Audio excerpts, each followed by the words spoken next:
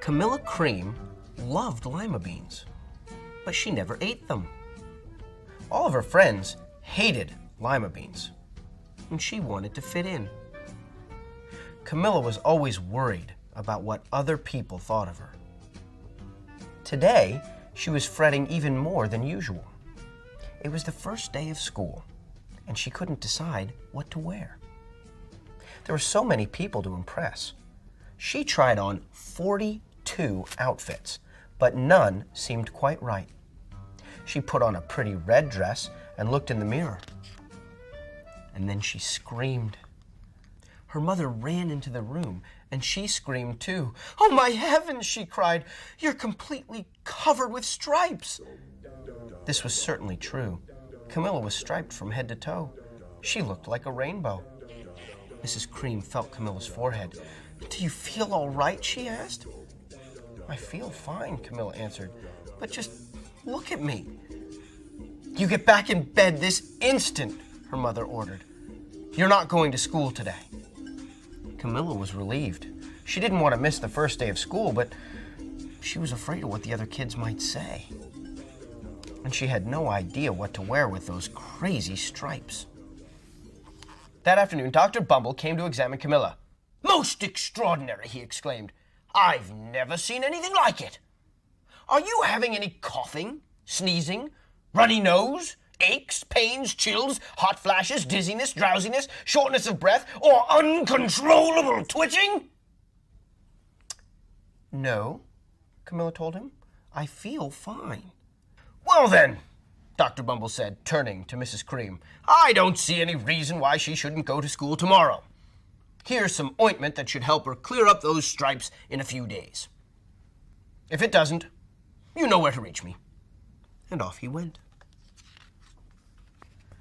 The next day was a disaster. Everyone at school laughed at Camilla. They called her Camilla Crayon and Night of the Living Lollipop. She tried her best to act as if everything were normal. But when the class said the Pledge of Allegiance, her stripes turned red, white, and blue, and she broke out in stars. The other kids thought this was great. One yelled out, "Let's see some purple polka dots." Sure enough, Camilla turned all purple polka dot. Someone else shouted, "Checkerboard!"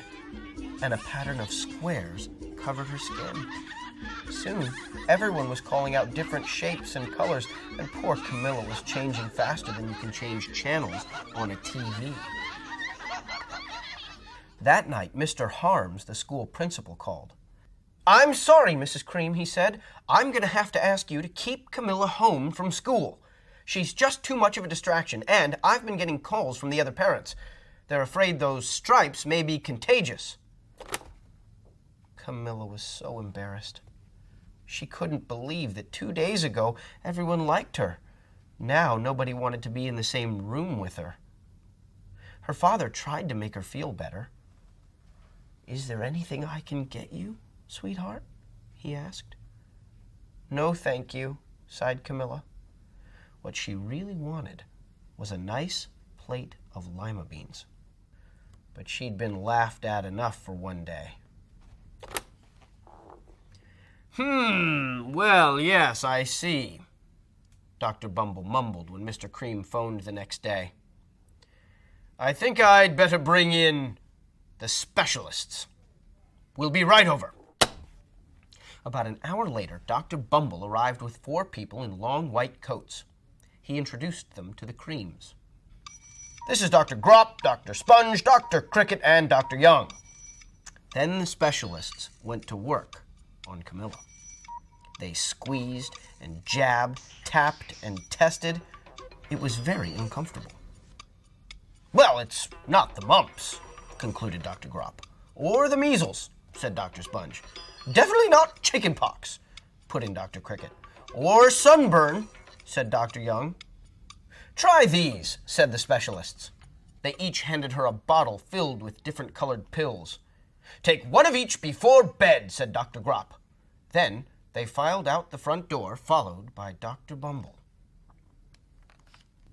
That night, Camilla took her medicine. It was awful.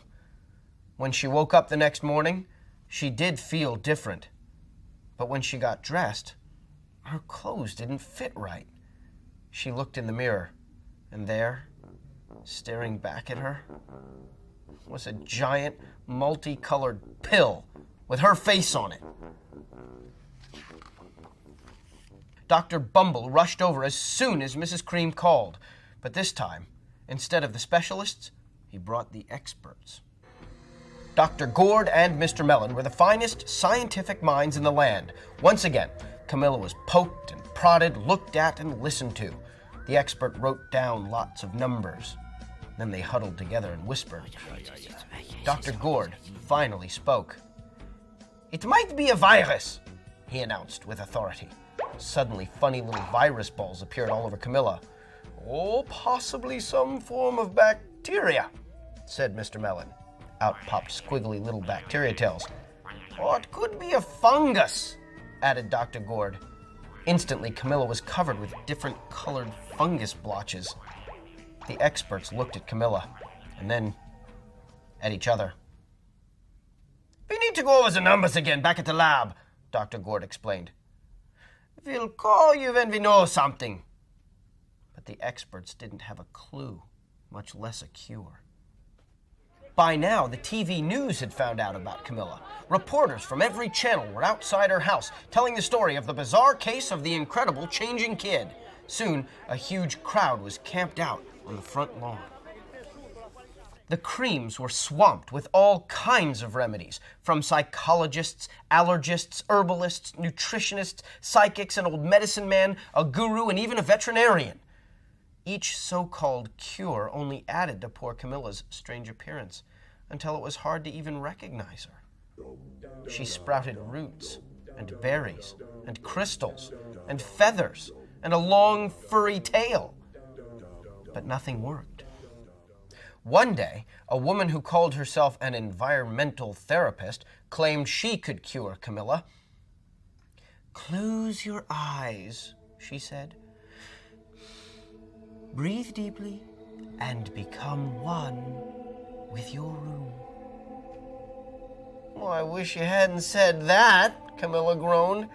Slowly, she started to melt into the walls of her room. Her bed became her mouth, her nose was a dresser, and 2 paintings were her eyes. The therapist screamed and ran from the house. "What are we gonna do?" cried Mrs. Cream. "It just keeps getting worse and worse." She began to sob. At that moment, Mr. Cream heard a quiet little knock at the front door. He opened it, and there stood an old woman who was just as plump and sweet as a strawberry.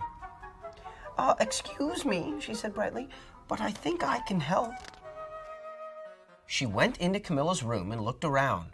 "My goodness," she said with a shake of her head. "What we have here is a bad case of stripes, one of the worst I've ever seen." She pulled a container of small green beans from her bag. "Here," she said, "these might do the trick." "Are those magic beans?"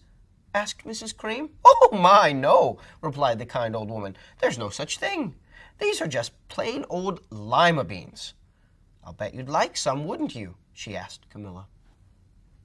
Camilla wanted a big, heaping plateful of lima beans more than just about anything, but she was still afraid to admit it. "Yuck," she said. "No one likes lima beans, especially me." "Oh, dear," the old woman said sadly. "I guess I was wrong about you." She put the beans back in her bag and started toward the door. Camilla watched the old woman walk away. Those beans would taste so good. And being laughed at for eating them was nothing compared to what she'd been going through. She finally couldn't stand it. "Wait," she cried. "The truth is, I really love lima beans." "I thought so," the old woman said with a smile. She took a handful of beans and popped them into Camilla's mouth. "Mmm," said Camilla. Suddenly, the branches, feathers, and squiggly tails began to disappear. Then the whole room swirled around. When it stopped, there stood Camilla, and everything was back to normal. "I'm cured!" she shouted. "Yes," said the old woman. "I knew the real you was in there somewhere." She patted Camilla on the head. Then she went outside and vanished into the crowd. Afterward, Camilla wasn't quite the same. Some of the kids at school said she was weird, but she didn't care a bit. She ate all the lima beans she wanted, and she never had even a touch of stripes again.